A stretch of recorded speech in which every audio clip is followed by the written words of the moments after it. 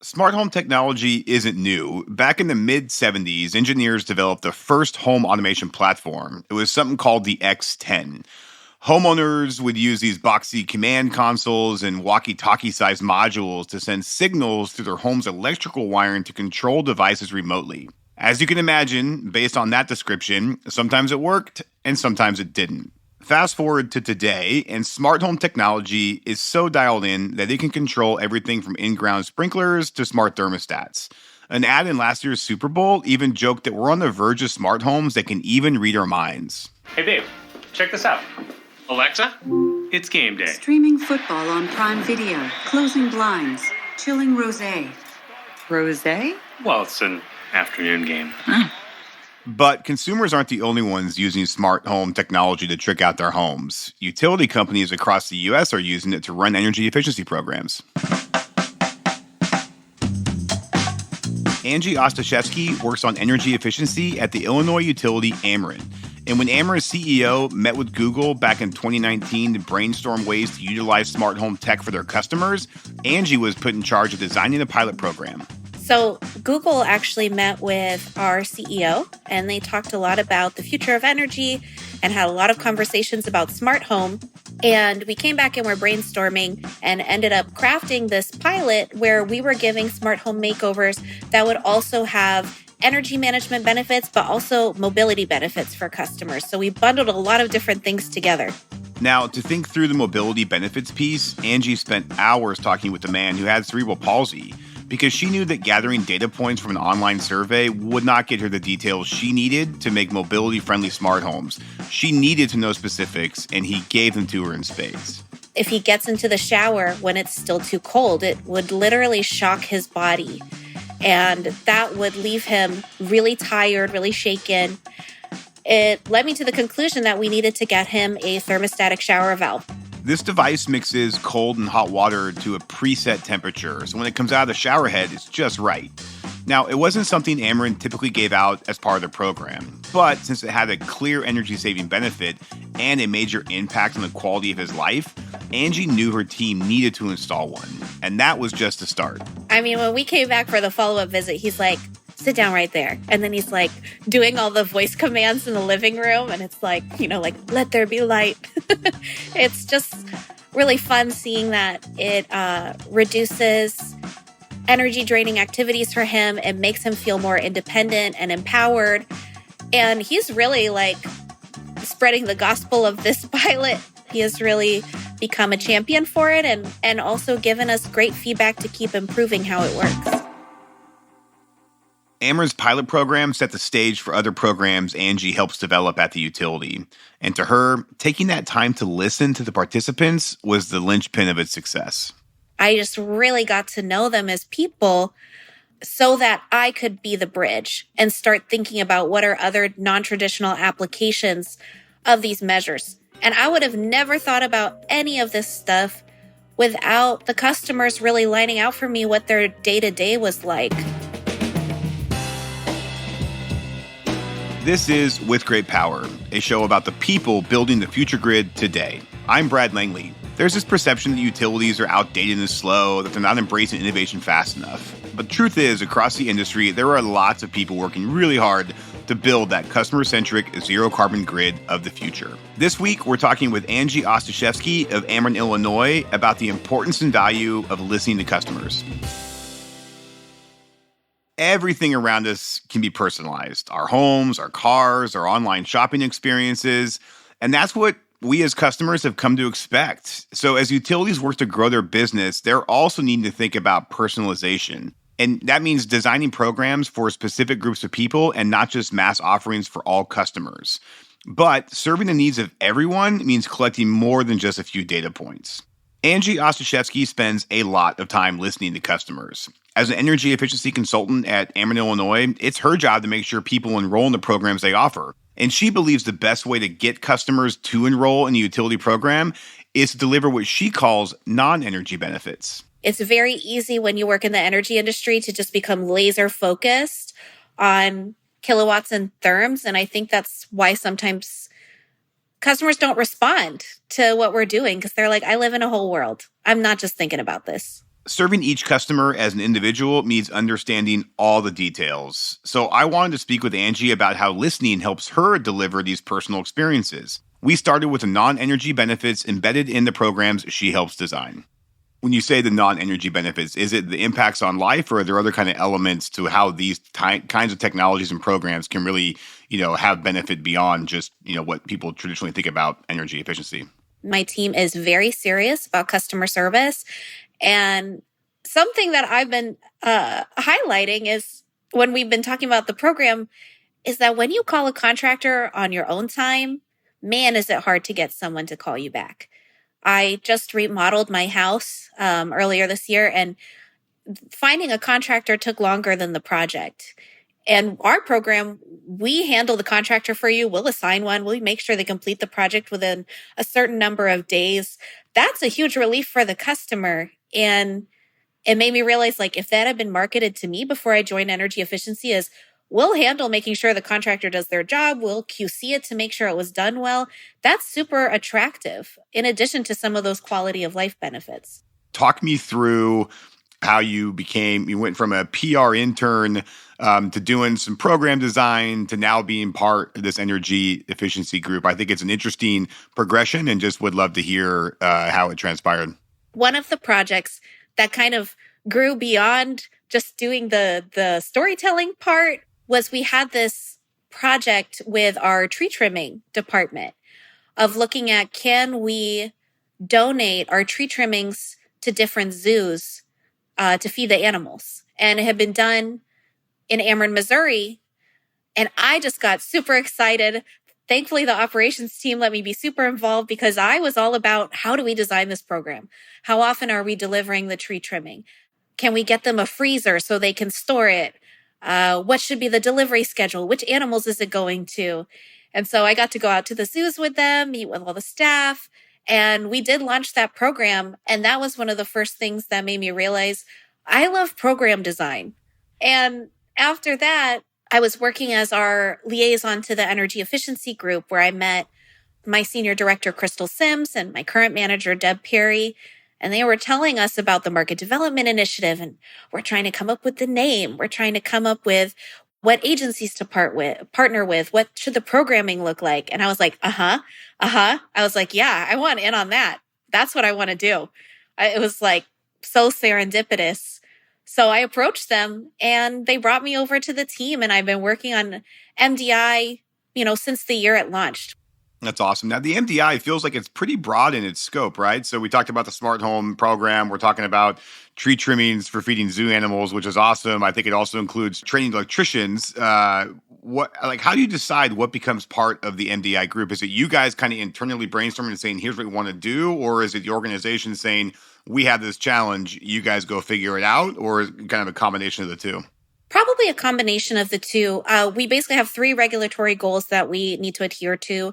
The first is to serve customers who haven't previously benefited from energy efficiency. The second is to bring local and diverse job seekers into the industry. And the third is to help launch or expand energy efficiency businesses.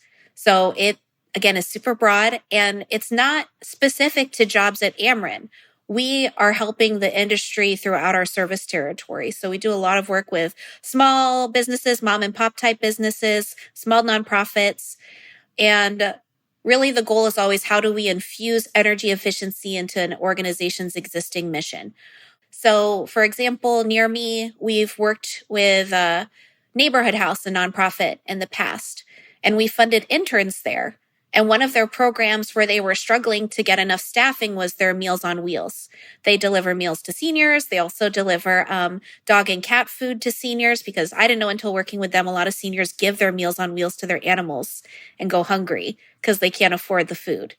So they do amazing work, but they just needed more hands on deck because they serve thousands and thousands of people every day. And so we funded an internship with them, which gave job experience to some college students. And they joined the Meals on Wheels route. And then we came up with that they have a weekly menu for Meals on Wheels that they would drop off. On the backside of that menu, which was usually blank, we started printing information about the energy efficiency programs. And then we also added in the delivery of an energy efficiency kit with their meals. And that was something that we came up with together. It still furthered the goal, but it was specific to their mission and also helped them solve a problem they had. So it's always got to be mutually beneficial. We want to be good stewards to all of the organizations we're working with. And I know from being at a nonprofit how hard it is to be resource strapped. You've also described the MDI as a way to grow energy efficiency through workforce development. What do you mean by that? We have over 800 contractors working on our program, over 100 nonprofits partnering with us, and we hear from all of them. From our contractors, it is really hard to find someone with the skill set they need and even harder to retain someone. And same with nonprofits, like our community action agencies that do weatherization, they are struggling to find people. And so we want to take that challenge and then provide a solution in our workforce program. Last November, one of the ways we did that was we convened a seasonal employment pilot. And so we recruited 28 people from different nonprofits in the central Illinois area. We also worked with the Illinois Department of Corrections to recruit folks in their adult transitional housing, which is they're still incarcerated, but they are released during the day to work and they can save up money for their eventual release. They also get time off of their sentence for every day they work. And we got these folks together. We gave them a super rigorous 2-week intro to energy auditing training and then placed them with a bunch of our employers in the area who really needed staff. And we funded the positions for the first 2 months with the hope and intention of if that person was a fit, that they would then retain them within their own means. So all these stories, speak to, great empathy and desire to do good, which I think is, fantastic, from helping feed seniors through Meals on Wheels who were giving their own food to their pets, to helping people with disabilities, really kind of make their homes smarter, and to helping people reacclimating after being in prison. Is there something in your background or like as you were growing up that just, made you want to help people? Or did you just kind of find yourself in this role and thought we can do some real good? Or, maybe there's a story or something that just, kind of formed who you are that makes you want to do such good work, because it really is impressive. I don't know. Sometimes I joke I'm just like a poo-poo platter of a person. And by that, I mean, like, my parents are both immigrants. My mom immigrated from the Philippines. My dad immigrated from Poland. So I'm biracial. I'm almost always the youngest in any workplace I'm in. I am bisexual, so I'm part of the LGBTQ plus community. And man, did I grow up broke. So I share a lot of lived experience with our customers. And I think when you have to sort of navigate life, wielding all of these different identities and still finding ways to relate to people is very easy when you're different in a lot of ways to feel like an outcast. So I do think it developed what I now know is like my superpower at work, which is empathy and problem solving, because I just had to do that to survive. We need to rebrand this, though. This is not the poo-poo platter. This sounds so much more impressive than that. It's like the combo platter of goodness or something. I don't know, because you hear poo-poo platter and your mind goes somewhere different than what you just described. You're right. I've been marketing. I should know how to rebrand this. What do you borrow from your PR and comms background to make you successful in this role? You talked about, planning and, being the person who's doing the planning. Obviously, there's an element to that. But is there anything specific to kind of your comms PR background that makes you successful? Do you think other people should try to apply in this kind of program management role? Because I have a non-technical background, a lot of people in energy efficiency traditionally have an engineering background. Because I just didn't have a lot of the context for this program before joining. Again, I thought that was a weakness, but in some ways it can be a strength. I think I have an acute awareness to the need to explain our programming internally in a completely different way than we talk about it externally. And it's very easy when you're in this jargon-heavy, acronym-riddled environment every day to just fall into talking like that all the time. But especially looking at, I speak Polish with my grandparents. There's always been a language barrier for them. I think about, would my grandma be able to understand this? Like, would my parents be able to understand this? Would my friends be able to understand this? And all those folks are from different communities. And I just have this sort of like automatic litmus test to Think about, can we make this a little bit more approachable? Can we simplify? Can we highlight the benefits of even like, hey, if you participate in our program, we'll install the smart thermostat for you because I just know if you bought one, it would be sitting on your countertop for 6 months. Just little things like that. Why is listening so important for utilities? I think listening is the number one way to overcome unconscious bias. I've worked with people who were like, why aren't people applying for LIHEAP, the bill payment assistance funding? Like, if they need help on their bill, why aren't they just doing it?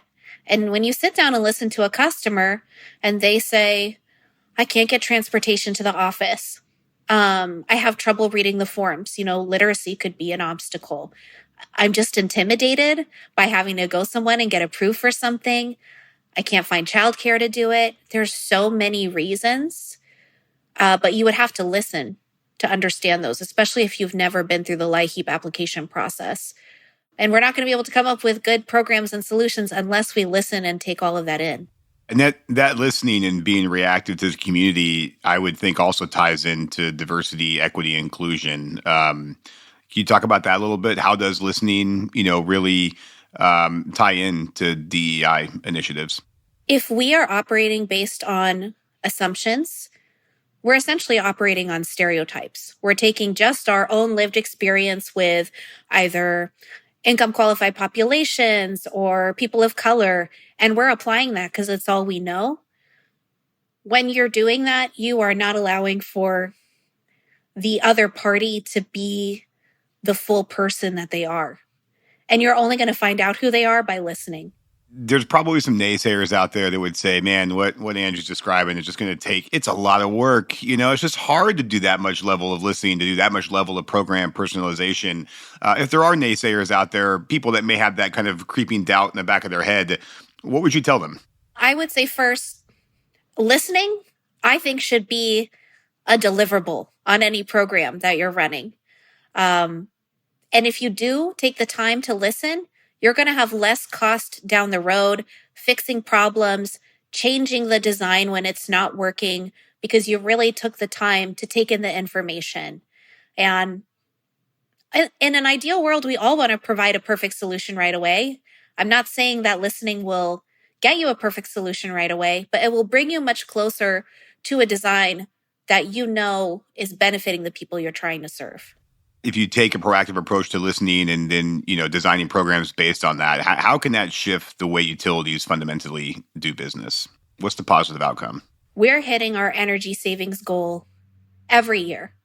But up until we had something like a market development initiative, even though we serve 1.2 million people, a lot of the folks coming to our program were from the same areas, same income bracket. And I think that's one thing I really, really appreciate about my leadership is they looked at that and they said, our goal is to serve every single customer. And the way this program is running is only going to benefit a select few.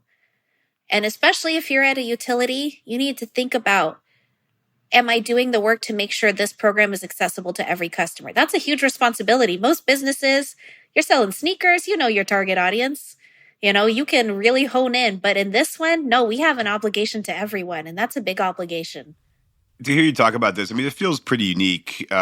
You'd mentioned you attend a lot of events. You hear people talking. Like, from what you've seen and heard, is your approach pretty unique? Is there something about the corporate culture of Ameren that really breeds this type of approach? Or have you guys kind of collectively brought this to the MDI? Just curious to get your sense on like the uniqueness of this and, where it stems from. Is it Ameren? Is it the communities you serve? Is it just like, being in the Midwest and just being generally good people? Like what is it, that allows you guys to take this really thoughtful approach?